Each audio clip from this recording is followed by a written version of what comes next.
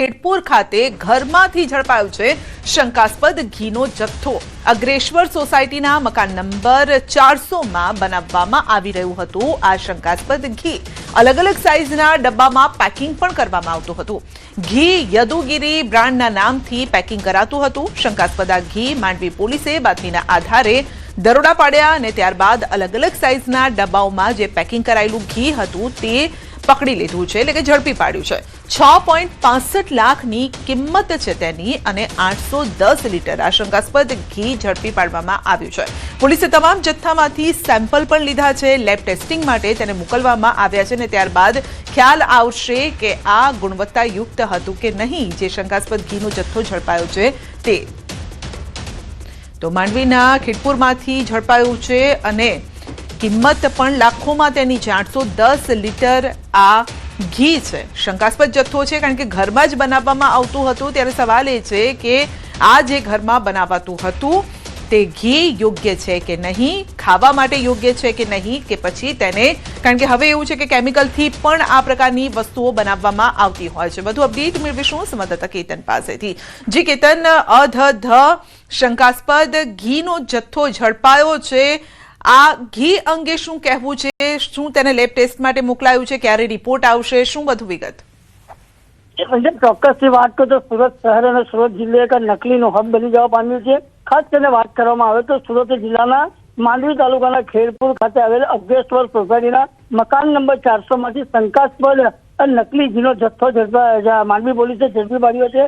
ખાસ કરીને વાત કરવામાં તો યદુગીરી બ્રાન્ડ નામનું પેકિંગ કરીને આજે ડુપ્લિકેટ ઘીનું વેચાણ થઈ રહ્યું હતું અને આદિવાસી વિસ્તારોની અંદર ઓરિજિનલના નામે ડુપ્લિકેટનો શોર્ટકટે રૂપિયા કમાવાના કારસામાં લોકોનું સફળ સાથે પણ ચેડા થઈ શક્યા છે। અને ચોક્કસપણે કહી શકાય છે કે અલગ અલગ સાઇઝના ડબ્બાઓનું પેકિંગ કર્યું 6.65 લાખની કિંમતનું 810 લીટર જેટલું આ જે નકલી શંકાસ્પદ ઘી છે ઝડપી પાડી અને આ જે નકલી ઘી બનાવવા માટેનો સામગ્રી જપ્ત કરવામાં આવી છે। સામગ્રી રો મટીરિયલ મોકલનાર કોણ છે અને કઈ રીતે બનાવવામાં આવે છે તે સમગ્ર બાબતે લેબ ટેસ્ટના રિપોર્ટ વધુ ખબર પડશે અને ખાસ કરીને ઊંડાણપૂર્વક હાલ જે માલ ડુપ્લિકેટ રો મટીરિયલ ક્યાંથી આવતો હતો અને કઈ રીતે બનાવવામાં આવતો એની સમગ્ર સામગ્રી માંડવી પોલીસે જપ્ત કરીને વધુ કાર્યવાહી હાથ ધરી હતી।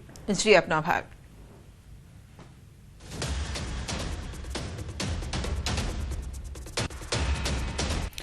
તો રાજ્યમાં નકલીની ભરમાર છે। અમદાવાદમાં નકલી શરબત બનાવતી ફેક્ટરી, સુરતમાં શંકાસ્પદ પનીર ઝડપાયું અને માંડવીમાં શંકાસ્પદ ઘી ઝડપાયું છે। માટે તમે જે પણ ખાદ્ય વસ્તુઓ ખાઈ રહ્યા છો તેને ચકાસી લેજો કે તે અસલી છે કે નકલી, કારણ કે અત્યારે નકલીનો વેપલો પણ ચાલી રહ્યો છે। જો કે હાલ તો શરૂઆતના તબક્કે આ શંકાસ્પદ છે એટલા માટે કારણ કે તેને લેબ ટેસ્ટ માટે મોકલાયું છે। લેબ રિપોર્ટ આવ્યા બાદ ખ્યાલ આવશે કે અસલી છે કે નકલી।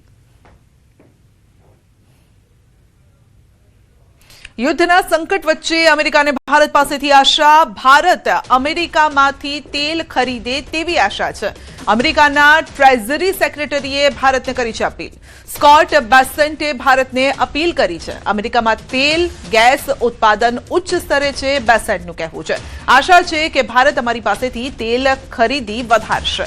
ભારત માટે રશિયાનો વિકલ્પ પણ ખુલ્લો છે। ભારતમાં પેટ્રોલ ડીઝલની નહીં રહે ચિંતા। રશિયા પાસેથી ભારત ખરીદી શકે છે કાચું તેલ। અટવાયેલા રશિયન જહાજોનું ખરીદી શકે છે તેલ। તો સમુદ્રમાં અટવાઈ પડ્યા છે રશિયન તેલ જહાજ। તો ઈરાન ઇઝરાયલ વચ્ચે જે યુદ્ધ ચાલી રહ્યું છે તે વચ્ચે અનેક જહાજો છે કે જે અત્યારે દરિયાઈ માર્ગમાં અટવાયેલા છે।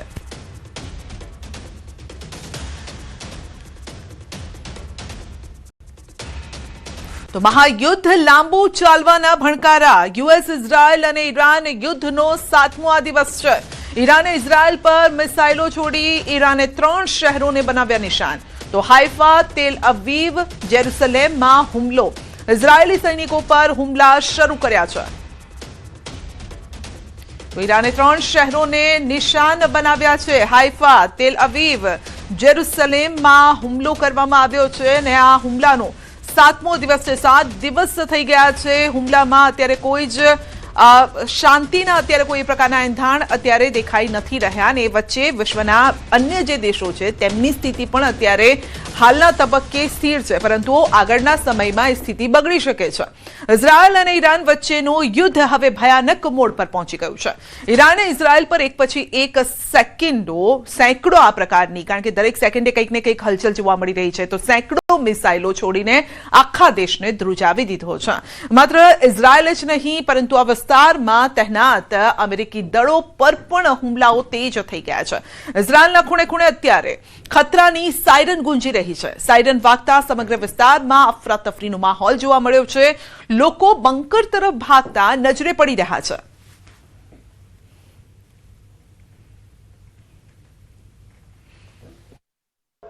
सायरन फिर से बज चुकी हैं और आप देख सकते हैं लोग जो हैं वो शेल्टर की तरफ भाग रहे हैं. मैं इस वक्त टेल अवीव में हूं. सायरन हो रही है और आप सुन सकते हैं.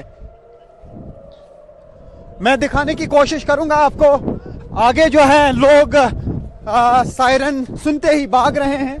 ये देखिए सायरन हो रही है. ये देखिए कि लोग किस तरीके से शेल्टर की तरफ भाग रहे हैं आगे. और अभी यहाँ पे बिल्कुल सन्नाटा छा जाएगा. जो ही सायरन बजती है तो लोग शेल्टर में जाते हैं, क्योंकि अभी इस्राइल की तरफ से मिसाइल अटैक लॉन्च किया गया, जो हमें इंफॉर्मेशन मिल रही है. और अभी यहाँ पे लोग जो हैं वो भाग रहे हैं शेल्टर में. ये टेल अवीव है. सायरन्स बज चुकी हैं और लोग सेफ एरिया की तरफ जा रहे हैं.